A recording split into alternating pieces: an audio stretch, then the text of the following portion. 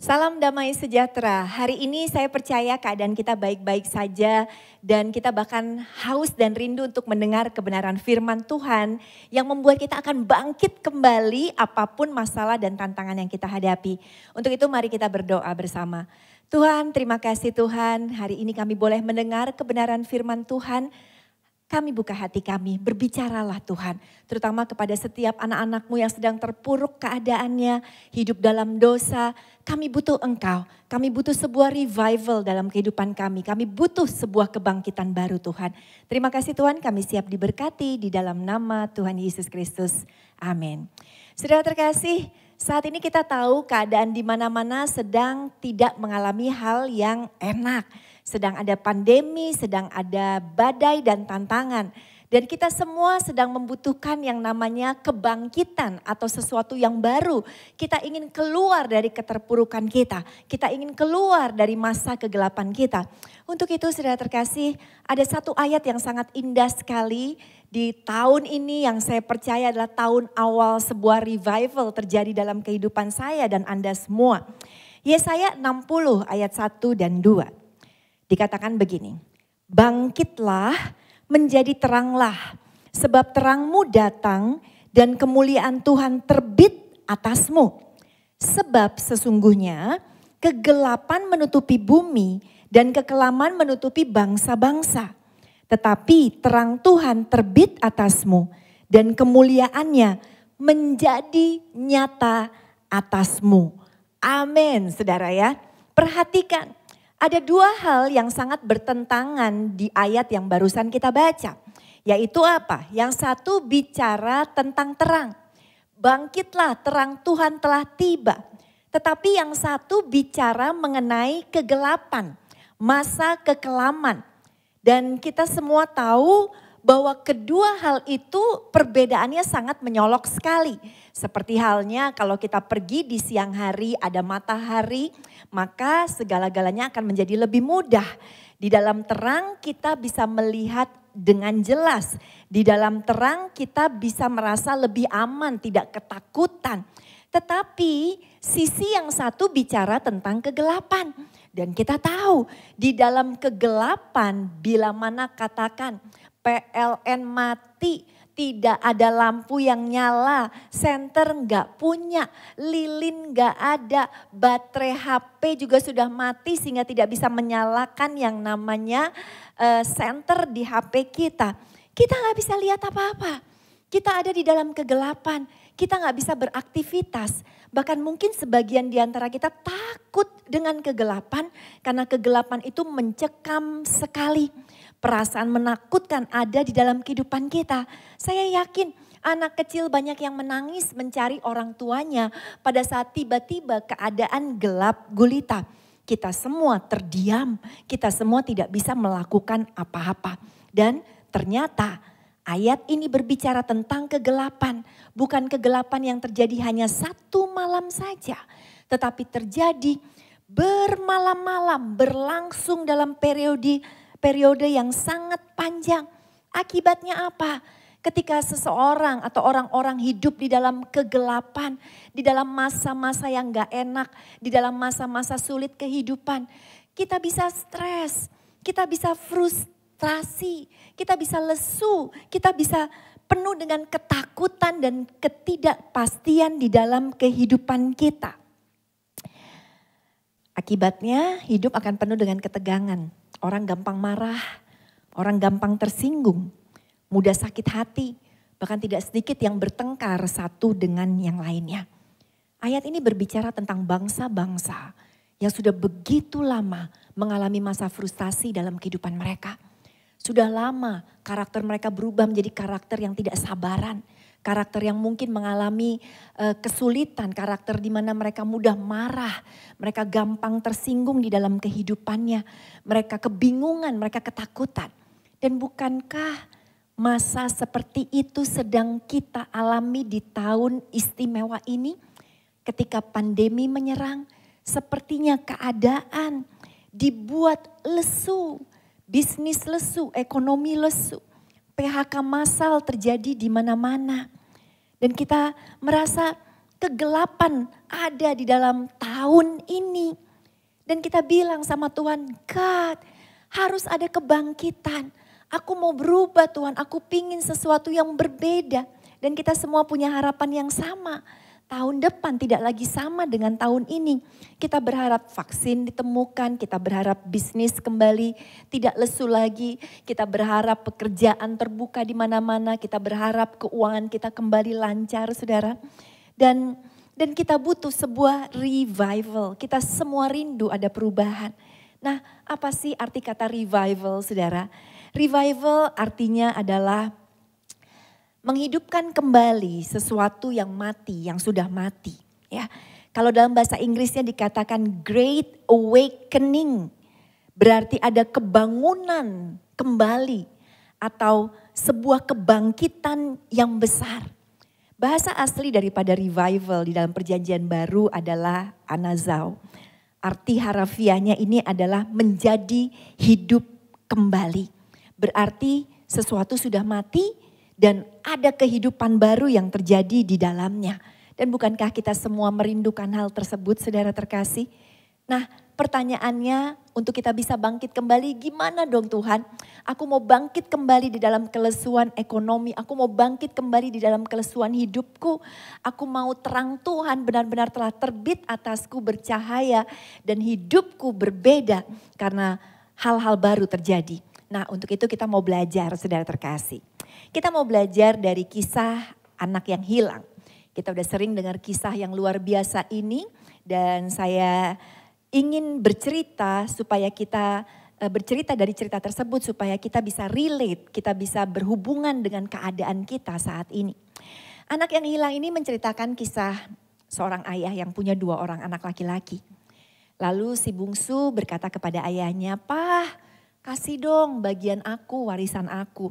Kemudian ayahnya yang baik hati itu membagi-bagikan bagian-bagian kepada anak-anaknya. Si bungsu tentu saja tahu dia punya bagian yang cukup besar. Lalu yang dia lakukan dia pergi ke negeri yang jauh. Dan apa yang dia lakukan di sana? Ternyata dia hidup boros. Dia boroskan hartanya, dia hidup berfoya-foya menyenangkan dagingnya dia. Lama-lama habis dong. Ya, hartanya habis. Dan kemudian pada saat yang bersamaan setelah hartanya habis, di negeri nan jauh itu terjadi bencana, yaitu bencana kelaparan. Bisa bayangkan, dia yang sudah habis-habisan miskin, sekarang ada bencana kelaparan, dia lebih miskin lagi. Dengan kata lain sekarang dia hidupnya melarat. Lalu dia cari kerja dan dia mendapatkan pekerjaan sebagai penjaga babi saudara. Nah babi kan dapat makan ya. Sementara perut dia itu laparnya luar biasa. Dia udah gak punya uang, gak punya makanan. Dan bisa bayangkan dia ngiler banget ngelihat itu babi makan dengan enak banget. Lalu dia memberanikan diri bertanya kepada mungkin penjaga lainnya atau kepada supervisornya. "Boleh gak sih aku minta itu ampas babi? Aku lapar banget." Dan ternyata gak dikasih. Saya ngebayangin mungkin atasannya, supervisornya atau rekan kerja dia yang udah lama, yang senior malah marahin dia. Mungkin berkata kepada dia, "Are you crazy? Kamu gila apa mau minta makanan kayak begini? Cari makan sendiri." Dia mungkin diomelin, dia mungkin dibentak-bentak. Nah masa kegelapan yang makin gelap. Si bungsu alami yang namanya masa kematian, kegelapan, masa kekelaman di dalam hidup dia. Udah miskin, melarat itu sengsara sekali. Dia lapar tapi gak ada orang yang peduli sama dia, gak ada orang yang mengasihi dia. Dan dia ingin ada perubahan terjadi. Nah ini dia saudara terkasih. Sama mungkin keadaan kita juga berkata yang sama. Tuhan pokoknya segala-galanya udah habis dalam hidup saya. Rumah tangga saya rasanya udah diambang kehancuran. Keuangan saya udah melarat, hidup saya pokoknya udah habis-habisan. Tapi kita semua yang butuh satu revival. Mari kita pelajari lebih jauh lagi di dalam Lukas 15 ayat 17 sampai dengan 24. Ini yang luar biasa. Lalu ia, yaitu si bungsu, menyadari keadaannya. Katanya, "Betapa banyaknya orang upahan Bapakku yang berlimpah-limpah makanannya. tetapi aku di sini mati kelaparan. Aku akan bangkit dan pergi kepada bapakku dan berkata kepadanya, Bapa, aku telah berdosa terhadap sorga dan terhadap Bapa. Aku tidak layak lagi disebutkan anak Bapa. Jadikanlah aku sebagai salah satu seorang upahan Bapa. Maka bangkitlah dia si bungsu ini dan dia pergi kepada bapaknya. Ketika ia masih jauh, ayahnya telah melihatnya. Lalu tergeraklah hatinya oleh belas kasihan. Ayahnya itu berlari, mendapatkan dia, merangkul dan mencium dia. Lalu anak itu berkata, Bapa, aku telah berdosa terhadap surga dan terhadap Bapa. Aku tidak layak lagi disebutkan anak Bapa. Tetapi ayah itu berkata kepada hamba-hambanya, lekaslah bawa kemari jubah yang terbaik, pakaikan itu kepadanya dan kenakanlah cincin pada jarinya dan sepatu pada kakinya. Dan ambillah anak lembu tambun itu, sembelihlah dia dan marilah kita makan dan bersuka cita. Sebab anakku ini telah mati dan menjadi hidup kembali. Ia telah hilang dan ia didapat kembali. Maka mulailah mereka bersuka cita. Wow, maka mulailah mereka bersuka cita. Kalau dalam bahasa Inggrisnya dikatakan, let's start the party. Maka mulailah party diadakan, saudara. Lihat saudara terkasih, ada hal tentang kebangkitan di mana saudara, kita semua bisa mulai melakukan hal yang sama di dalam kehidupan kita. Sehingga rumah tangga kita terselamatkan, keuangan kita terselamatkan. Bahkan kehidupan kita secara pribadi terselamatkan. Untuk itu yang harus kita lakukan yang pertama adalah kita harus menyadari cara hidup kita yang salah. Anak bungsu ini di dalam ayat ke-17 berkata, lalu ia menyadari keadaannya. Wow, dia menyadari. Dia menyadari hidupnya yang telah salah. Dia menyadari hidupnya yang telah boros dan foya-foya. Dia menyadari kekurang ajaran dia terhadap bapaknya yang belum meninggal dunia. Tetapi dia meminta warisan kepada bapaknya. Kita semua lagi alami pandemi yang sama. Mungkin di antara kita masih kerja, masih dapat gajian. Tapi di antara kita juga yang sudah mengalami kematian di dalam pekerjaan kita. Bahkan ada kematian kecil yang ingin saya sampaikan, bukan sekedar kematian ekonomi karena pandemi. Tetapi mungkin Anda menyadari Anda punya kematian-kematian di bidang lain dalam kehidupan Anda. Mungkin keuangan oke, tetapi Anda masih punya kebiasaan buruk.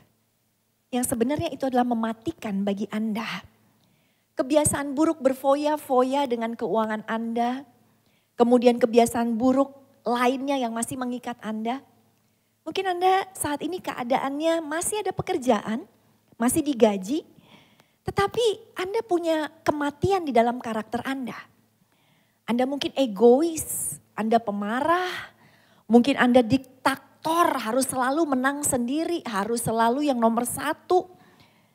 Atau mungkin Anda tidak bercerai, Anda masih memiliki pasangan hidup dan anak-anak, tetapi ternyata Anda punya kematian di dalamnya.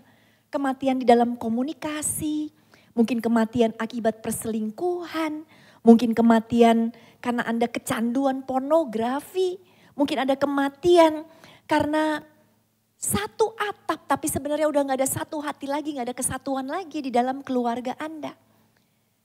Dan begitu banyak kematian-kematian lain, mungkin Anda merokok dan Anda kecanduan narkoba, kecanduan mungkin minum-minuman keras. Bahkan yang wanita bisa aja kita kecanduan online, kita kecanduan gosip.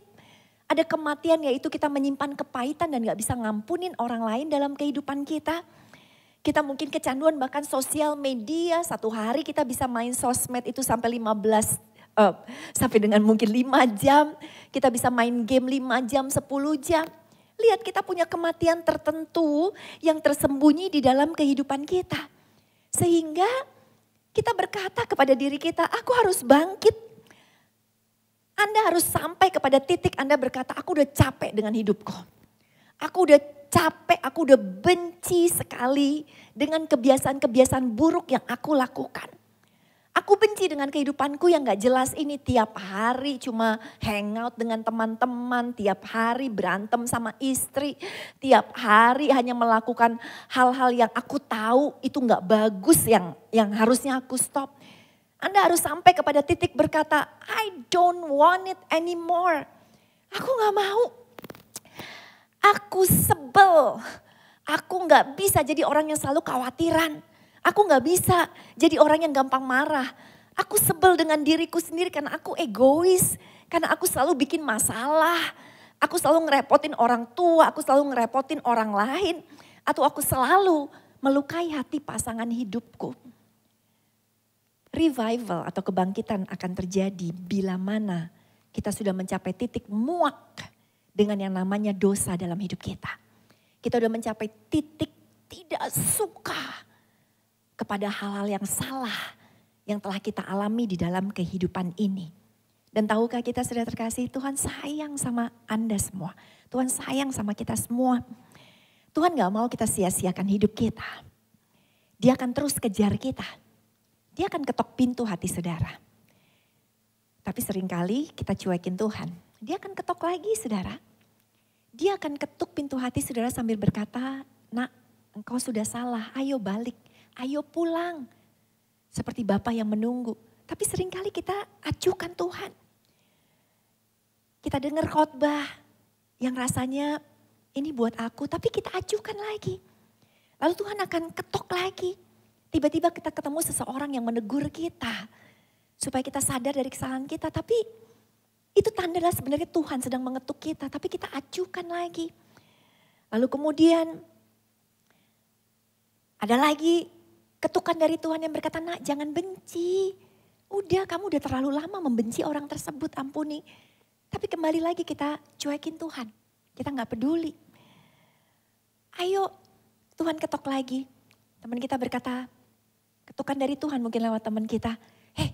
Kalau bisnis jangan curang dong. Ya. Tapi kita cuekin lagi dan kita bilang, kalau gak bohong mana laku.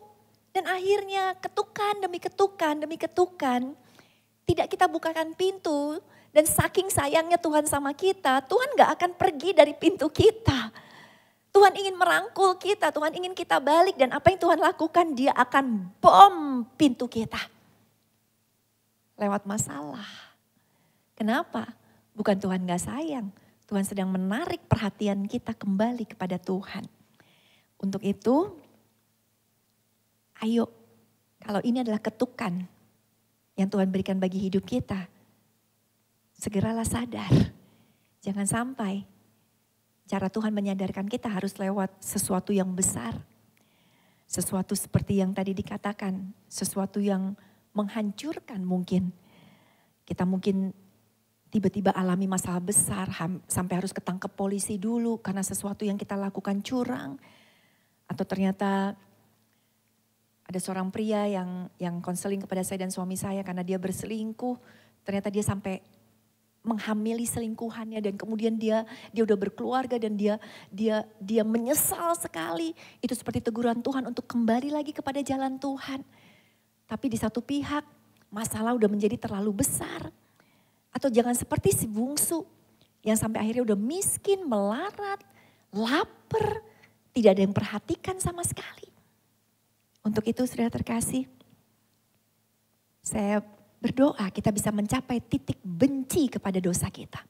Mencapai kepada titik kita sebel dengan kehidupan kita yang gak benar, yang berada di jalan yang tidak benar. Kita benci dengan kegelapan-kegelapan kecil yang mungkin masih kita simpan di dalam kehidupan kita. Dan puji Tuhannya, Tuhan itu selalu menyertai kita. Memberikan kesempatan kepada kita. Supaya kita menyadari kesalahan dan dosa kita. Oke, selanjutnya saudara. Ayo bangkit kembali. Dengan pertama menyadari, selanjutnya yang kedua. Yang harus kita lakukan adalah merubah cara hidup kita yang lama dan memulai cara hidup baru sekarang juga. Ayat 18 berkata, aku akan bangkit dan pergi kepada Bapakku dan berkata kepadanya, Bapa, aku telah berdosa terhadap sorga dan terhadap Bapa.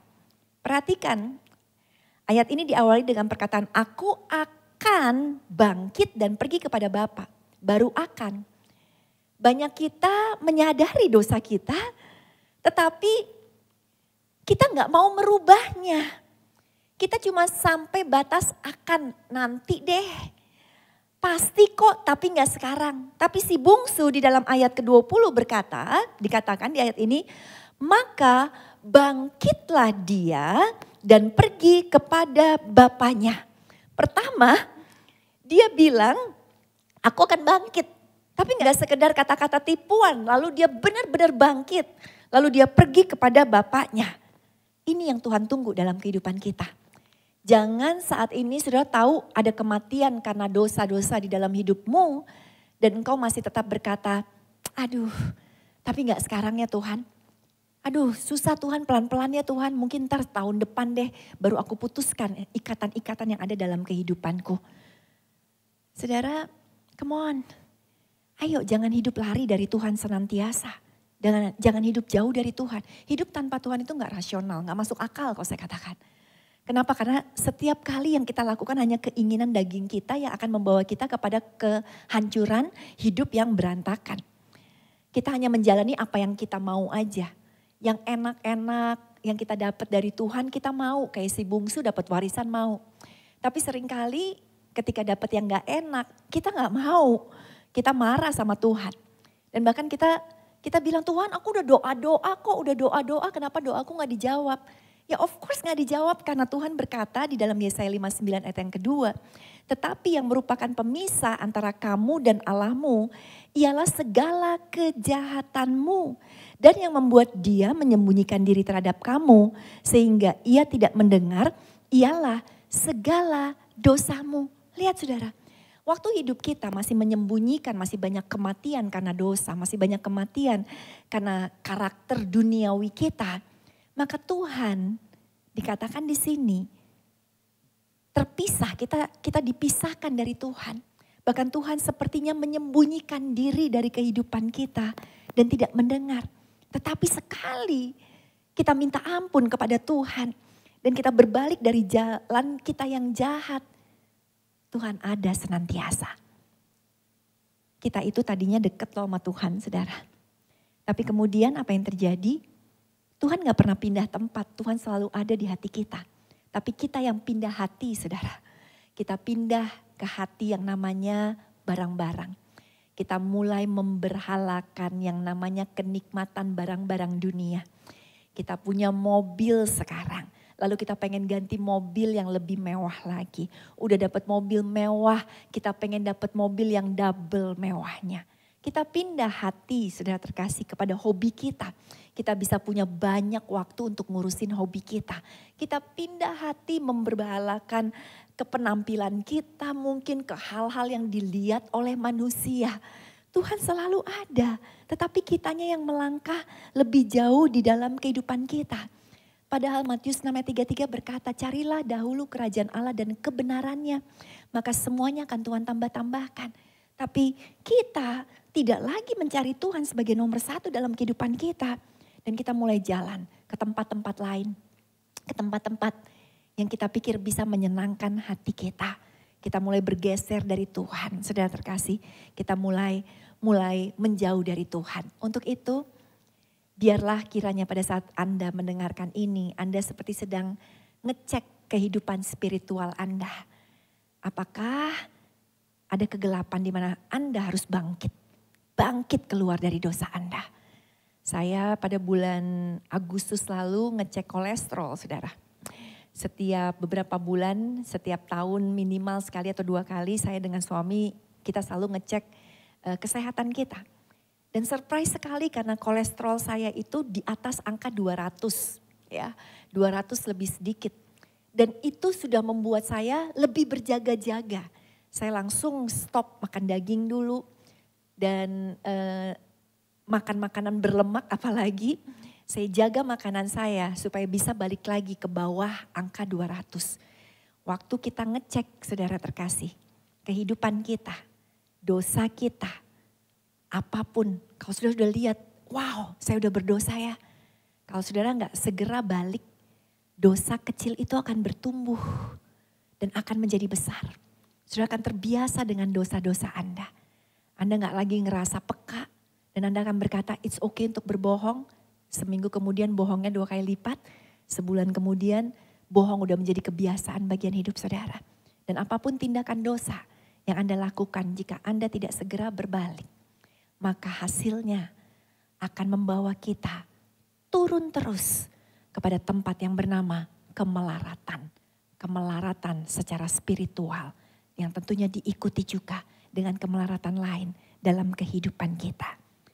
Jadi saudara terkasih, hari ini yuk kita bukan sekedar sampai titik mendengar saja. Tapi kita benci dosa kita dan kita mau melangkah balik kepada Bapa di surga. Ayo bangkit lagi. Yang lesu, lemah, yang mungkin udah terpuruk karena begitu banyak kesalahan yang kita lakukan. Ayo bangkit lagi. Seseorang konseling dengan saya dan berkata pengen bunuh diri aja. Saya katakan kenapa bunuh diri? Karena saya punya kebiasaan berhutang dan sekarang saya dikejar dengan semua tukang hutang. Aduh saya pengen bunuh diri aja. Sementara gaji saya tidak bisa mencukupi hutang-hutang saya yang nilainya udah begitu besar. Saya katakan ayo bangkit kembali dengan pertolongan Tuhan. Tuhan akan kasih hikmat dan jalan keluar. Ayo apapun saat ini tantangan yang Anda hadapi, bangkit lagi. Lesu menjadi kuat kembali. Yang gelap bangkitlah karena terang Tuhan telah terbit atas kita. Dan pada saat kita balik kepada Bapa, seperti halnya si bungsu, Bapa udah menyediakan pesta buat kita. Ada berkat-berkat tak terduga yang Tuhan akan siapkan bagi saya dan bagi Anda semua. Yang hari ini mau bangkit lagi, bertobat dari kehidupan kita. Karena terang Dia terbit atas kita. Amin. Mari kita berdoa. Tuhan Yesus, terima kasih untuk pesan-Mu hari ini. Di mana benar Tuhan, kami mengalami kegelapan dan kekelaman. Mungkin bukan secara ekonomi saja, bukan secara pekerjaan saja. Tetapi khususnya kami mengalami kegelapan di dalam spiritual kami. Cara hidup kami banyak yang salah. Kami masih melakukan dosa. Kami masih melakukan hal-hal kedagingan. Kami masih memuaskan diri kami. Kami masih memberhalakan hal-hal duniawi dibandingkan mencari Engkau nomor 1 di dalam kehidupan. Untuk itu Tuhan, kami mau bangkit kembali karena kami tahu terang Tuhan telah terbit atas kami. Untuk itu Tuhan, berkati setiap anak-anak-Mu yang hari ini sungguh-sungguh berkata di dalam hati mereka, aku benci dosaku, aku benci cara hidupku, aku benci kekhawatiranku, aku benci jadi orang khawatir, aku benci jadi orang yang terikat dosa, aku benci jadi orang yang mungkin sakit hati, aku benci dengan cara hidup yang salah. Dan Tuhan, Engkau menuntun anak-anak-Mu kembali lagi, bangkit kepada Tuhan dan alami revival, kebangkitan besar.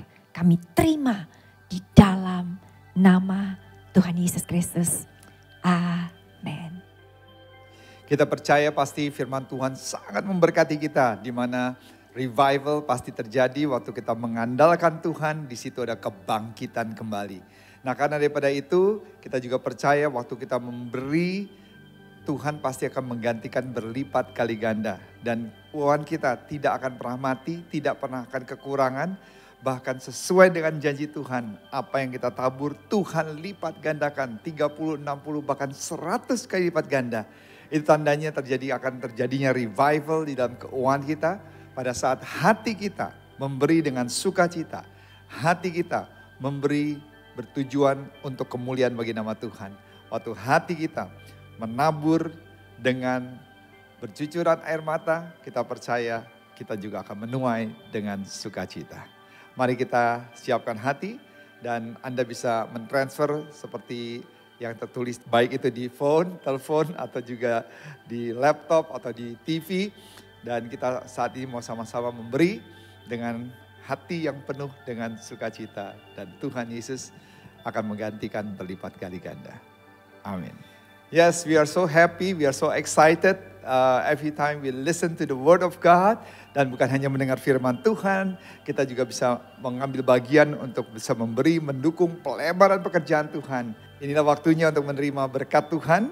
Dan kita akan kembali lagi berjumpa next week untuk mendengarkan kebenaran firman Tuhan yang pastinya akan membangun kehidupan kita lagi. Yuk, sama-sama kita angkat kedua tangan kita dan katakan amin dalam setiap janji-janji Tuhan. Diberkatilah keluargamu, diberkatilah pekerjaanmu, diberkatilah usahamu, diberkatilah kesehatanmu. Dan terimalah berkat dari Allah Bapa, sukacita yang melimpah dari Tuhan Yesus Kristus, penyertaan Roh Kudus yang manis dan ajaib menyertai kita semua dari hari ini sampai selama-lamanya. Amin.